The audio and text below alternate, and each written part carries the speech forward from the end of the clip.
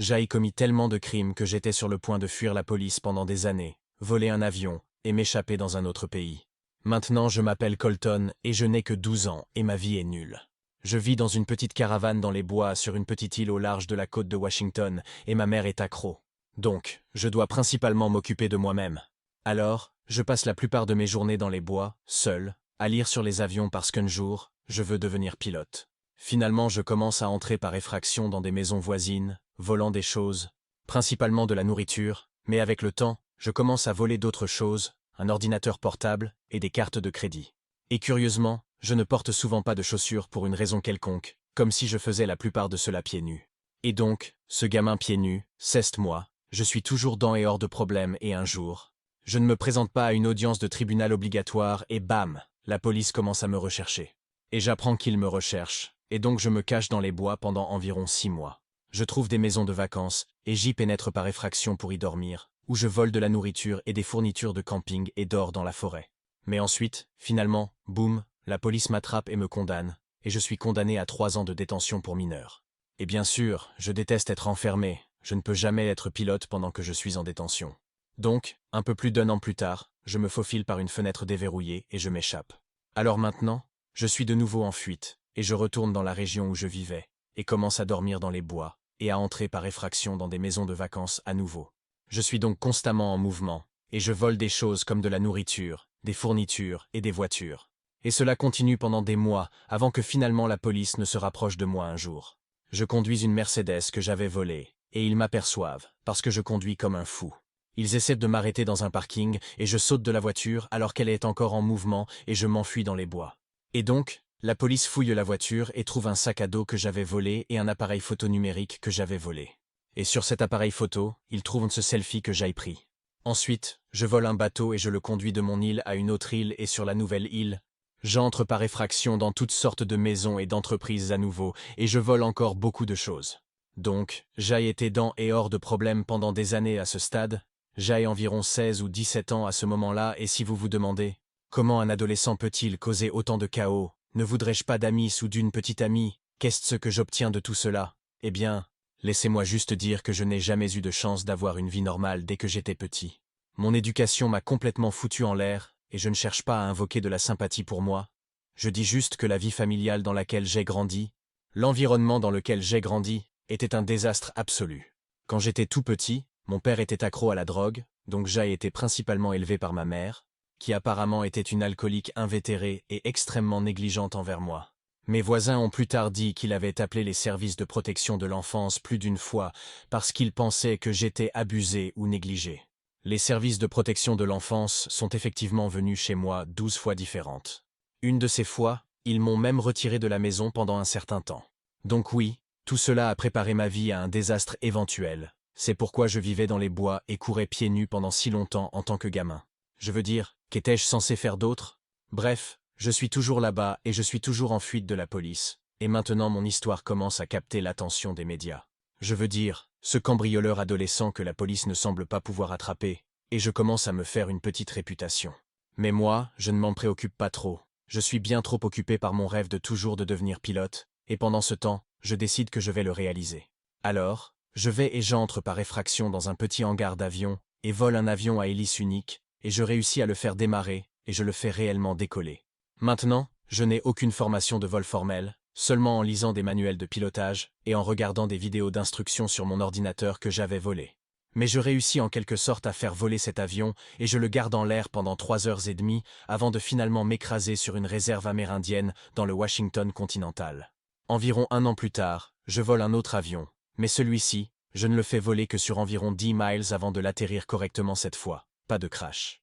2 semaines plus tard, j'entre par effraction dans un autre hangar et vole un 3e avion dans l'Idaho, et je le fais voler sur 250 miles de retour à Washington et celui-ci, je le fais s'écraser dans un champ. Pendant ce temps, la légende de moi et de mes crimes grandit. Je veux dire, j'ai 17 ans maintenant, et je suis en fuite de la police depuis des années, et je vole des bateaux et des avions, et ils n'arrivent tout simplement pas à m'attraper. Donc, je commence à me faire des fans en ligne, et parce que je ne porte souvent pas de chaussures, ils m'appellent le bandit pieds nus. Quelqu'un lance même une page de fans sur Facebook pour moi, et cette page de fans obtient plus de 100 000 abonnés, tandis qu'une entreprise commence à fabriquer des t-shirts avec mon visage dessus. Les gens écrivent même des chansons sur moi et les mettent sur YouTube. Pas de chaussures, j'ai le bandit pieds nus. Je veux dire, je deviens célèbre. Et bien sûr, toute cette soudaine attention commence à m'attirer beaucoup de problèmes, et à ce stade, le FBI est impliqué dans cette chasse à l'homme pour me trouver. Mais moi, je m'en fiche, je suis toujours là-bas, cambriolant des maisons et volant des voitures. Et donc, une autre année passe et je décide. Ok, il y a trop de pression sur moi. Il est temps de voler un autre avion et de quitter le pays. Mais d'abord, je dois trouver le bon avion. Alors, je vole un bateau et je le conduis jusqu'à l'Oregon continental et de là, je vais dans un petit aéroport et je ne trouve pas l'avion que je veux. Alors, je vole juste une voiture et de là, je vais à 2 autres aéroports et je ne trouve toujours pas le bon avion. Ensuite, j'essaie un aéroport dans le Dakota du Sud et non, je ne trouve toujours pas le bon avion. Ensuite, je continue de voler voiture après voiture, sautant d'état en état, entrant par effraction dans aéroport après aéroport, cherchant le bon, celui qui a l'avion que je veux. Et après avoir conduit sur plus de 2000 miles à travers 9 États différents et presque une douzaine de voitures volées, je me rends dans un petit aéroport en Indiana et je trouve enfin l'avion que je cherche, un Cessna 400. Et bam, je le vole carrément et je décolle et je suis en l'air et je vole pendant 11 heures, couvrant plus de 1200 miles de l'Indiana aux îles Bahamas. Et une fois là-bas, j'atterris en quelque sorte en crash dans des eaux peu profondes près du rivage. Cet atterrissage en crash déclenche la balise de localisation d'urgence de l'avion. C'est ainsi que le FBI apprend finalement que je suis maintenant aux Bahamas. Mais moi, je n'ai aucune idée, car en quelques heures, j'entre par effraction dans des maisons et des entreprises locales à nouveau, volant de l'argent, de la nourriture et toutes sortes de choses. Ensuite, je vole un autre bateau et je me rends sur l'île voisine de Nassau, où j'espère me fondre dans la foule constante de touristes là-bas. Mais malheureusement pour moi, je ne peux pas me fondre dans la foule, je suis juste trop célèbre maintenant. Et en quelques jours, les habitants commencent à me reconnaître comme le bandit pieds nus, et ils préviennent la police locale. Donc, assez rapidement, je vole un autre bateau et je suis conduit sur l'île voisine de Nassau, où j'espère me fondre dans la foule constante de touristes là-bas, mais malheureusement pour moi, je ne peux pas me fondre dans la foule. Je suis juste trop célèbre maintenant, et dans quelques jours, les locaux commencent à me reconnaître comme étant le bandit aux pieds nus, et ils préviennent la police locale. Très vite, je me retrouve dans un autre bateau volé, m'éloignant à toute vitesse tandis que la police des Bahamas me poursuit comme dans une course-poursuite à la Miami Vice. Alors que je me sauve et m'enfuis, kaboum, je fais échouer mon bateau sur un banc de sable. Je suis coincé, et alors que j'essaie de dégager mon embarcation, bien sûr, la police arrive sur moi et ouvre le feu sur mon bateau, me prenant mon moteur. C'est là que moi, le bandit aux pieds nus, je me rends enfin. Alors bam, il m'arrête. Voici ma photo d'identité et je suis accusé de toutes sortes de choses et finalement, je suis condamné à 6 ans et demi de prison. Oh mais voici la meilleure partie, apparemment. Mon histoire est si intéressante que je suis capable de vendre les droits cinématographiques de ma vie à la 20th Century Fox pour la modique somme de 1,3 million de dollars.